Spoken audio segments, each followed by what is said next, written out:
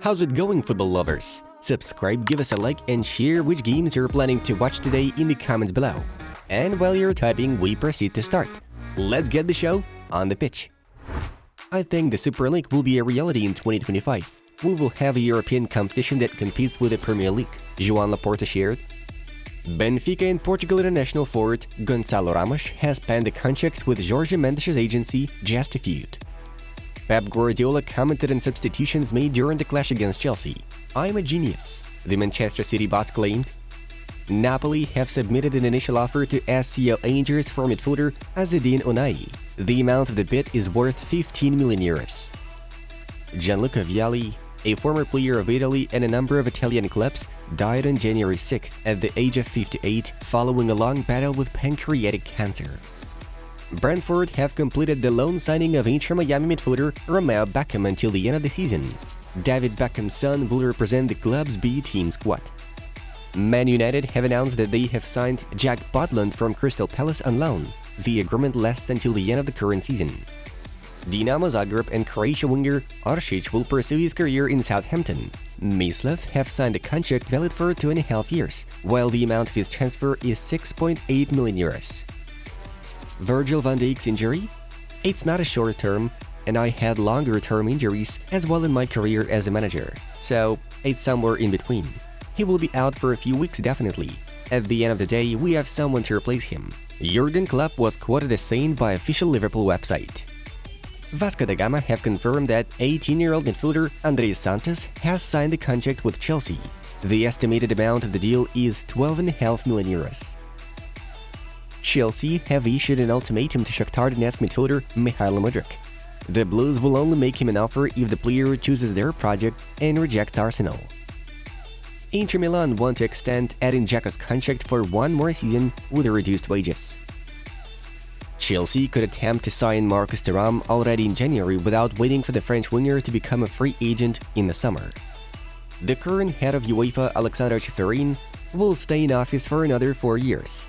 January 5th, 2023 was the deadline for submitting applications for the elections of the UEFA president. Only one person has registered his candidacy, the current president Alexandre Ceferin. Arsenal are reportedly keeping a close eye on Eintracht Frankfurt defender Evan Ndika. No substantial talks were held yet. Borussia Dortmund and England midfielder Jude Bellingham has been named the 2022 Young Player of the Year by the IFFHS. He was ahead of Jamal Musiala, Joško Gvardiol, Gavi, and Eduardo Camavinga. Barcelona are keen on recruiting Wolverhampton Wanderers midfielder Ruben Neves. Two Barcelona midfielders, Kessia and Nico, could be included in the deal. Xavi is not convinced of the Portuguese's ability to replace Sergio Busquets though. Nassr Marzaoui is set to miss the start of the second part of the season for Bayern. The Moroccan defender has tested positive for coronavirus. I didn't need Messi to win the 2022 World Cup to consider him the best in history. Former Barcelona head coach Quique Setién stated. Toni Kroos is determined to sign a new one-year contract with Real Madrid. He is satisfied with his current role in the team. Only two countries, Cape Verde and Guinea-Bissau, have responded to Gianni Infantino's call to rename stadiums in honor of Pelé. The Algerian Football Federation's president, Jahid Zafizef, has confirmed that Lyon midfielder Oussem Aouar has chosen to play for his country. Christian Fuchs has announced his retirement from the game. The Austrian footballer's last club was MLS club Charlotte FC. Throughout his rich career span, Christian managed to perform for SV Mattersburg, VfL Bochum, Mainz 05, Schalke 04, and Leicester City. Former Belgian manager Roberto Martinez is applying for a similar post with the Portugal national team. Bayern found 4 strong reasons to invite Daley Blind. Among them are the player's versatility, knowledge of the German league, leadership qualities, and the status of a free agent. Thierry Henry has reportedly told Belgium that he wants to become the national team's head coach after serving as Roberto Martinez's assistant. Real Madrid goalkeeper Andre Luning has rejected offer from Ajax. He wants to win himself a place in the first team. Aston Villa midfielder Morgan Sanson has held preliminary talks with Nantes, L'Equipe reports. In this moment, Jadon Sancho is not fit enough to play. No, I can't say how long his return will last, Erik ten Hag said. Spezia have strengthened its squad with the purchase of Spal midfielder Salvatore Esposito on loan deal until the end of the season with an option to buy. Salvatore is a graduate of Inter Milan and Italy national team representative. When Rico Lewis came in, we started playing better. He changed the game with his dynamic from minute 1. Guardiola praised the youngster. Napoli have completed the signing of defender Bartosz Berezinski from Sampdoria, Fabrizio Romano reports. Simeone advised to pray before matches with Messi, Kieran Trippier revealed.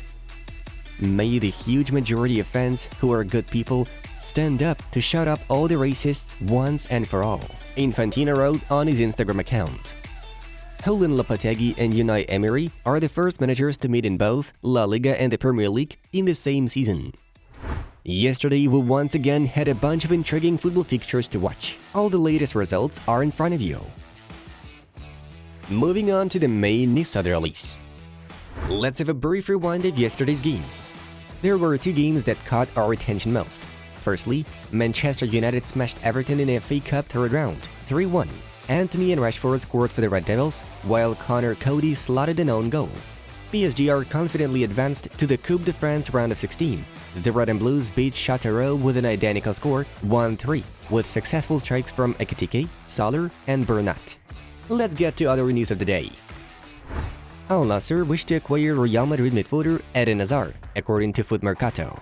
The head coach of the team from Saudi Arabia, Rudi Garcia, is personally interested in the transfer of the Belgian, who just turned 32 today. Back in the days, Hazard had already played under Garcia at Lille. Garcia has held talks with Hazard and said he would like to have him in the squad in the summer.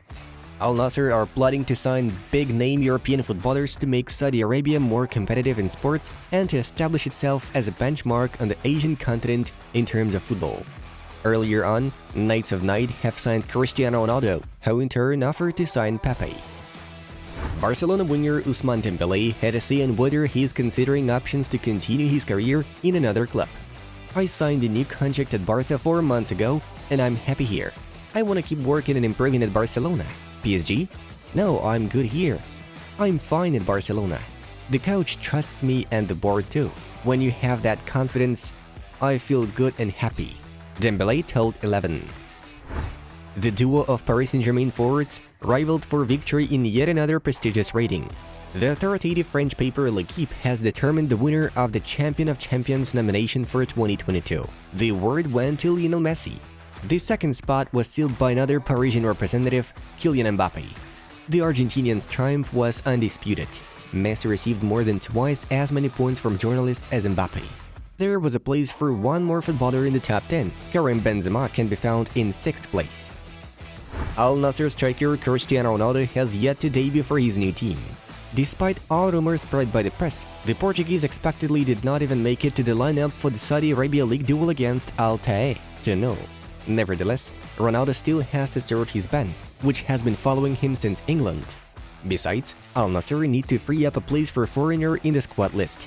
Ronaldo did not want to watch his team's performance in a comfortable stadium box, but decided that not only his teammates should get the hard work. Eventually, Cristiano combined watching the match with training, as an exercise bike was placed in front of the TV in the dressing room. Therefore, the Portuguese watched the game while pedaling. Lionel Messi's post with the World Cup has racked up a record number of likes in the history of social media platforms, the Daily Mail reports. However, it turns out that in the first photo, Messi is not holding a real trophy, but a copy made by fans from Buenos Aires. These guys brought the cup to Qatar as a talisman and gave it to La Albiceleste footballers during the lap of honor. The copy passed from hand to hand until it ended up in Messi. At first, La Pulga did not understand he had a fake cup in his hands until Angel Di Maria explained the matter, showing the reverse side of the trophy. The exact moment when both laughed at this silly misunderstanding was captured in one of the photos. Spanish journalist Edu Aguirre, known for his close relationship with Al Nassr and Portugal striker Cristiano Ronaldo, claimed that Argentina and PSG forward Lionel Messi would give up the title of world champion for a contract similar to the Portuguese's agreement with the Saudi club. Messi would instantly give up the world title in order to get a contract similar to Ronaldo's contract with Al Nassr.